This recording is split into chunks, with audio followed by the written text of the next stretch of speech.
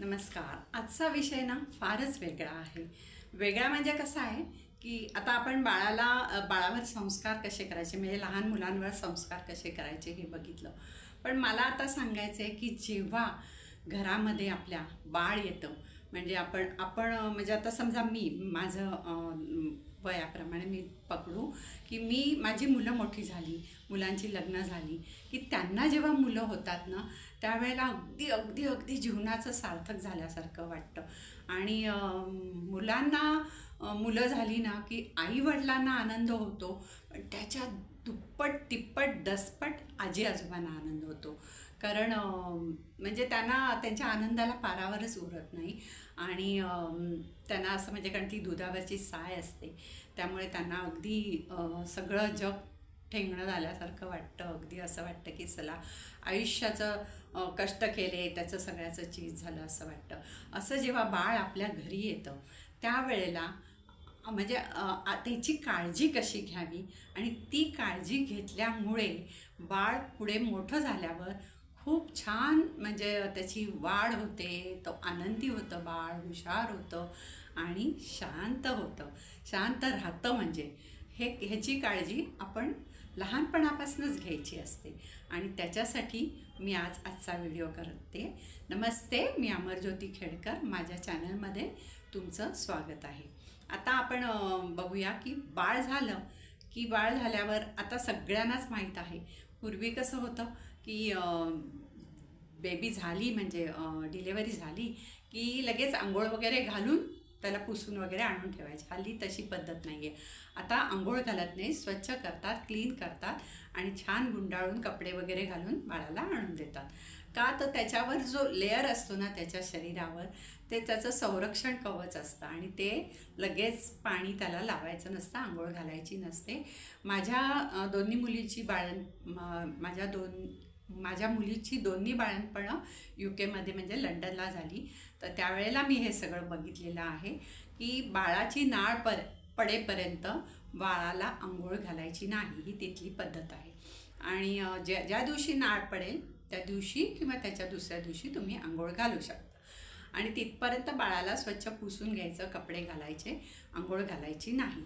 दुसरं म्हणजे बाळाला आंघोळ घालताना बऱ्याच ठिकाणी मी बघितल्या ह्या सुहिणी वगैरे येतात, तर त्या कसा तेल लावून बाळाला असं करून घासतात, जोर लावून. असा जोर लावायचा नाही, कारण ते खूप खूप नाजूक असतं, अगदी फुलासारखं नाजूक असतं. तर त्यामुळे त्याला ते घासायचं नाही. तेल त्याच्या शरीरात जिरेल असं त्याचे एक एक म्हणजे हात पाय आपला असा हातात धरून असं म्हणजे तेल जिरवायचं हळू. मी मसाज करायची माझ्या नातवंडांना, तर माझा मसाज एक तास चालायचा आणि तो मसाज करता करता ते माझ्या मांडीवरच झोपून जायचे. इतका हळूवार आणि छान मसाज करायचा. बरं, ते तेल लावलं आपण की ते तेल जिरेपर्यंत आपण मसाज करत राहायचं त्यांना. आणि हळूवार हाताने करायचा, असं घासून करायचं नाही. आणि त्याच्यानंतर कोमट पाणी म्हणजे आपलं बोट घालायचं पाण्यामध्ये, आपल्याला चटका नाही लागला पाहिजे असं कोमट पाणी घेऊन त्यांना बाळाला आंघोळ घालायची. कुठचाही साबण, कुठचंही हे काय बेबी हे क्रीम किंवा म्हणजे काय वॉश करायला वापरतो ते, आणि कुठचंही डाळीचं पीठ वगैरे लावायचं नाही. कारण ते जे तेल आपण मुरवलेलं असतं ना, ते बाळाच्या शरीरात जिरलं पाहिजे. म्हणून फक्त कोमट पाण्याने, म्हणजे खूप थंडी असेल तर थोडंसं जरा गरम अशा पाण्याने आंघोळ घालायची. त्याच्या डोक्याला चांगला शेक द्यायचा, असा हात ठेवून डोक्यावर खूप पाणी घालून शेक द्यायचा. आणि छान नंतर बाळाला पुसून, जर तुम्ही आता तिकडे बाहेर परदेशात तर असं काय कोळशे बिळशे पेटवून शेक देत नाही, धुरी बिरी देत नाही, तिथे असं काही करायचं नसतं. तर आम्ही काय करायचो, ड्रायर लावायचो, हीटर लावायचो आणि त्याच्या गरम असतं त्याच्यावर त्याचं सगळं शरीर म्हणजे पुसून घ्यायचं. आणि मग पावडर लावायची नाही त्याच्यावर, कारण आपल्या इकडे पद्धत काय, धसा पावडर लावतात सगळीकडे. पावडर लावायची नाही, छान पुसून घ्यायचं आणि बाळाला कपडे घालून छान उबदार अशी टोपी वगैरे घालून, तिथे तर टोपी पण घालायची नाही असं सांगतात. का घालायची नाही ह्याचं कारणही मी तुम्हाला सांगते. की त्यांचं म्हणणं असं असतं की शरीरातली उष्णता ही नेहमी डोक्यातनं बाहेर पडत असते, त्यामुळे डोक्याला झाकायचं नाही, डोक्यात टोपी घालायची नाही बाळाच्या. पण आपल्या पद्धतीप्रमाणे मी कानटोपी तिथे घालायची, सॉक्स घालायची, कपडे घालायची, छान गुंडाळायची, स्वाडल म्हणजे तिथे एक मिळतं असं, त्याच्यात घालून गुंडाळायची आणि बाळाला झोपवायची. तर असं हे म्हणजे माझी जी नात होती ना, ती 24 तासातले जवळजवळ 22 तास झोपायची. एवढा छान मी सकाळी मसाज करायची तिला आणि असं करून झोपवायची. तर ही एक अंघोळ घालायची पद्धत झाली. म्हणजे हे लक्षात घ्या की तेल लावल्यावर अजिबात त्याला साबण किंवा डाळीचं पीठ, आता आपल्या इकडे काय पद्धत आहे, डाळीचं पीठ घेतात आणि घसा घसा घसा घासतात. का म्हणे घासतात, तर म्हणे सगळी बारीक लव अशी निघून जाते. अहो पण ते शरीर बाळाचं आहे ना, ते घसा घसा घासायचं नसतं असं. तर छान मऊ हाताने अगदी छान बाळाला अगदी फुलासारखं जपत सगळं त्याचं करायचं. त्याला छान हां, वेखंडाची पावडर मात्र मी लावायची. इथे टाळूला थोडीशी पावडर लावायची, थोडीशी छातीला वगैरे अशी लावायची. आणि त्याच्यातसुद्धा जर कोणाला ॲलर्जी असेल वेखंडाची तर लावायची नाही. तर ही वेखंडाची पावडर लावायची आणि कपडे घालायची. असंही झालं त्याचं म्हणजे अंघोळ किंवा ही त्याची मसाज आणि अंघोळ. आणि ह्याच्यानंतर त्याला म्हणजे आत्ताच्या पद्धतीप्रमाणे पाणी पाजत नाही. म्हणजे पूर्वी कसं होतं, एकदा दूध दिलं की एकदा पाणी द्यायचं, तर तसं करत नाही. फिडिंगच असतं बाळाला. शक्यतो वरचं दूध द्यायचं नाही, फिडिंगच द्यायचं. फिडिंग दिल्यामुळे बाळाची तब्येत चांगली राहते, निरोगी राहतं बाळ. आणि अर्थात बाळाचं पालनपोषण व्हायला पाहिजे आतमध्ये, म्हणून बाळंतिणीला म्हणजे त्याच्या आईला चांगलं खायला घालायचं. पण पूर्वी कसं होतं, हे भरमसाठ तूप खायला घालायचे. बाळंतिणीने 1-1, 2-2 किलो तूप हे खाल्लंच पाहिजे. शिरा केला असा थपथपलेला, पोळीवर तूप, ह्याच्यावर तूप, सगळ्यावर तूप तूप तूप घालायचं. तर तसं करायचं नाही. नवीन पद्धतीप्रमाणे सगळ्या भाज्या खायला घालायच्या. सगळ्या भाज्या म्हणजे ज्या काही तुमच्या सीझनल मिळत असतील त्या भाज्या सगळ्या खायला घालायच्या. नॉनव्हेज खात असेल तर नॉनव्हेज आठवड्यातनं 2-3 वेळा नॉनव्हेज द्यायचं. रोज एक बॉईल एग द्यायचं आणि तिला दूध वगैरे प्यायला द्यायचं. नंतर खिरी द्यायच्या. हे सगळं ह्याच्यावरनं मला एक व्हिडिओ करायचा आहे, कारण मला बाळंतिणीचा आहार काय आहे आणि हे मी स्वतः 5 केलेले आहेत. 5 म्हणजे माझी 2 मुलं आणि माझी 3 नातवंडं, याचं असं 5 जणांचं मी केलेलं आहे. आणि हे मसाजचं मी का सांगते की हे मसाज आहे ना, मी वयाच्या 22-23व्या वर्षी कोकणात असताना तिकडे सुईण येते मसाज करायला. आणि मला ना मसाजाची पहिल्यापासून खूप आवड होती. आणि लहान मुलांना मसाज करायचा म्हणजे मला असा हात शिवशिवायचे माझे. तर मी तिच्याकडनं शिकून घेतलं होतं की कसा मसाज करायचा. पण ती पद्धत त्यांची वेगळी होती, त्यांनी जे शिकवलेलं ते. पण बाळाला कसं हाताळायचं, कसं उलटं घालायचं, त्याच्या डोक्याला कसा मसाज करायचा वगैरे हे सगळं मी शिकून घेतलं होतं. आणि सुईण कधी आली नाही ना तर मी त्या बाळाला मसाज करायची.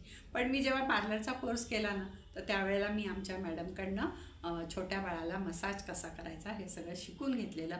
आणि हे बघा, परदेशात अजिबात तिकडे सुईणी वगैरे असं काही नसतं मसाज करायला. त्यामुळे मसाज हा आपणच घरी करायचा असतो. त्यामुळे मी माझ्या दोन्ही नातवंडांना तिकडे छान मसाज करून आंघोळ घालायची. आणि हे मला खूप आवडतं. म्हणजे अगदी मला असं आतून हे होतं. तशीच माझ्या मुलाची मुलगी जेव्हा झाली तेव्हा माझी सून म्हणाली, आपण सुईण ठेवूया. म्हटलं अजिबात ठेवायची नाही. इथे मी तिला मसाज करायची, आंघोळ घालायची. त्याच्यानंतर मी शेक पण द्यायची तिला, कारण शेक कसा द्यायचा हे सुद्धा मी शिकून घेतलं होतं. मग इथे कोळसे आपण पेटवू शकतो ना, म्हणून कोळसे घालून ओवा टाकून ओव्याचा शेक द्यायची पूर्ण तिच्या डोक्या बिक्याला. आणि नंतर स्वाडल कसं करायचं हे मला माहीत होतं, ते मी सगळं करायची. तर अशा पद्धतीने आपण प्रथम हे आहे की बाळाची काळजी घेताना त्याला कसं नाऊ घालावं किंवा ते कसं करावं याची काळजी आहे. आता ह्याच्या पुढे आहे आईची. म्हणजे आईला सगळं आहारातनं गेलं पाहिजे. म्हणजे आंबट, गोड, कडू, तिखट थोडंसंच, कारण तिखट झालं तर बाळाला त्रास होतो, शी जास्त होतो, म्हणून थोडंसं तिखट घालायचं. आणि गोडामध्ये ना रोज एक काहीतरी खीर मी करायची, म्हणजे तिच्या पोटात जेवण झालं की तेवढी ती खीर ती खायची. असे सगळे पदार्थ गेले पाहिजेत. जेव्हा आपण सगळं सात्विक छान आहार घेतो, सगळा असा समतोल आहार घेतो, त्यावेळेला ते बाळ सुदृढच होतं आणि बाळाला लहानपणापासून पोषण चांगलं मिळतं. आणि पहिले तर डॉक्टरांचं म्हणणं असतं पहिल्या 6 महिने फिडिंगच करायचं असतं, पण 5व्या-6व्या महिन्यानंतर किंवा आजकाल असं सांगतात की 4थ्या महिन्यानंतर वगैरे तुम्ही उष्टावण केलं की उष्टावण केल्यावर बाळाला हळूहळू आपण वरचा आहार द्यायला सुरुवात करतो. पण वरचा आहार देताना सुद्धा अगदी 1 आणि 2 चमचेच द्यायचं असतं. आणि सुरुवातीला अगदी मी तुम्हाला सांगते की भाताचं, आपण भात शिजवल्यावर त्याची जी पेज असते, म्हणजे त्याचं जे वरचं काढलेलं पाणी असतं तेच द्यायचं असतं. तसंच तिकडे म्हणजे परदेशात अशी पद्धत आहे की 2 वर्ष बाळाला मीठ आणि साखर द्यायची नाही. आता हे मीठ आणि साखर द्यायची नाही. आता ह्याचं आपल्याकडे काय करतात, मीठ घालतात, दूध दिलं तर त्यात साखर घालतात, का तर त्याला चव लागावी. बाळाला चवीचं काही माहीत नसतं, कारण त्यांना चव ही त्यांची डेव्हलपच झालेली नसते. आपण त्यांना देतो आणि मग त्यांना समजतं की हे गोड आहे, हे. त्यामुळे जर आपण त्यांना मीठ दिलं नाही तर त्यांना काहीही समजत नाही, ते असंच घेतात म्हणजे हे. त्यामुळे 2 वर्षापर्यंत मीठ द्यायचं नाही आणि साखर द्यायची नाही, हे एक लक्षात ठेवायचं. आणि ह्याच्यापुढे आता माझा भाचा म्हणजे माझ्या भावाचा मुलगा पेडियाट्रिक म्हणजे बालरोगतज्ञ आहे. तर त्यांनी बरंचसं म्हणजे त्याच्याकडनं पण मी विचारून म्हणजे मला माहीत झालेलं आहे आणि हे मी केलेलं आहे. आणि म्हणजे मला ह्याचा अनुभव खूप चांगला आला आहे की अजिबात बाळ आजारी पडत नाही जर तुम्ही व्यवस्थित काळजी, स्वच्छता घेतली तर. जसं लहानपणी बाळाची अंघोळ आणि मसाज ह्याची ही काळजी जास्त घ्यायची असते आणि लहानपणापासून आपण त्याच्याबरोबर गप्पा मारायच्या असतात. बाळ खूप रिस्पॉन्स देतं आपल्याला, खूप रिस्पॉन्स देतं, अगदी इतकं हसतं, किती छान असं असतं. आणि त्यावेळेला आपण बाळाला जेव्हा आपण फिडिंग चालू असतं त्यावेळेला आईची काळजी घ्यायची असते, कारण आईला सात्विक सगळा आहार मिळाला पाहिजे, कारण आई जे खाते ते बाळाला त्या दुधामधनं मिळत असतं. त्यामुळे आई जर निरोगी असेल तर बाळ पण निरोगी राहतं, म्हणून आईची काळजी घ्यायची असते. आणि तिला असं भरभरून तूप खायला नाही घालायचं की आपल्याला असं वाटतं भरभरून तिला तूप खायला घातलं की ती ते बाळाला मिळेल आणि बाळ चांगलं सुदृढ होईल. बाळ नुसतं असं गलेलठ्ठ झालं नाही पाहिजे, तर ते सुदृढ असलं पाहिजे, निरोगी असलं पाहिजे. आणि आई एवढं तूप खाऊन खाऊन तिचं वजन एवढं वाढतं की ते नंतर वजन कमी करायला तिला खूप त्रास घ्यायला लागतो. त्यामुळे हे अजिबात करायचं नाही. आता ह्याच्या पुढे बघू आपण बाळाला फिडिंग म्हणजे जेव्हा तुम्ही उष्टावण करता त्यानंतर बाळाला काय काय द्यायचं असतं, त्याला जे पाणी द्यायचं असतं त्या पाण्यामध्ये काय घालायचं असतं आणि हळूहळू पाणी त्याला कधी द्यायला सुरुवात करायची आणि त्याच्यामध्ये काय घालायचं हे आपण नंतर बघू.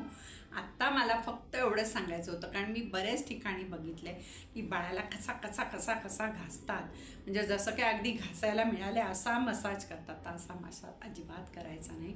बाळाला खूप छान वाटलं पाहिजे, आनंद मिळाला पाहिजे, अगदी त्याचा जे आपण मसाज करतो ना त्याचा मेंदूपर्यंत गेला पाहिजे आणि इतका सुंदर मसाज करायचा आणि छान आंघोळ घालायची आणि छान आजीनी. आता मी माझ्या 3 नातवंडांना मी मसाज आणि आंघोळ मीच घातलेलं आहे.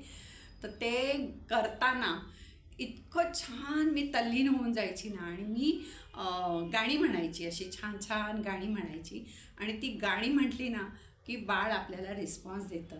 त्यामुळे ते मला 3ही माझ्या नातवंडांनी कधीही मसाज करताना रडले नाही, त्रास दिला नाही. त्यामुळे मला हा आनंद मिळालेला आहे आणि हा आनंद प्रत्येकाने घ्यावा, प्रत्येक आजीने घ्यावा असं मला वाटतं. पण बघा म्हणजे प्रत्येकाला जमत असेल तर करू शकतात, जर नसेल जमत तर सुईणीकडनं करून घ्यायचं. पण सुईणीच्या मागे आपण राहायचं. सुईण म्हणजे जे मसाज करायला वगैरे बाई येते तिला सुईण म्हणतात, तर तिच्या मागे आपण राहायचं. त्या येतात बायका आणि त्यांना भरा उरकायचं असतं. त्यामुळे ते एक तर ना मला हे बाहेरच्या बाईंनी मसाज केलेलं मला का आवडत नाही, कारण त्यानं मसाज करणारीच बाई असेल ना तर छान आहे. नाही तर हे ज्या कामवाल्या बायका असतात ना त्या मसाज करतात ना, त्यांचे हात ऑलरेडी खरखरीत झालेले असतात आणि त्या खरखरीत हाताने बाळाची एवढी नाजूक छान स्किन असते त्याला असं घासतात. तर मग मला असं आतूनच कसं तरी व्हायला लागतं. मला असं वाटतं तिला उठवावं आणि आपण बसून मसाज करावा. बघा तुम्ही प्रयत्न करून, तुम्हाला पण जमेल. जे कोणी आजी आहे ज्यांच्याकडे कोणी लहान बाळ येणार आहे त्यांनी हे नक्की प्रयत्न करून बघा. खूप खूप खूप समाधान वाटतं. धन्यवाद.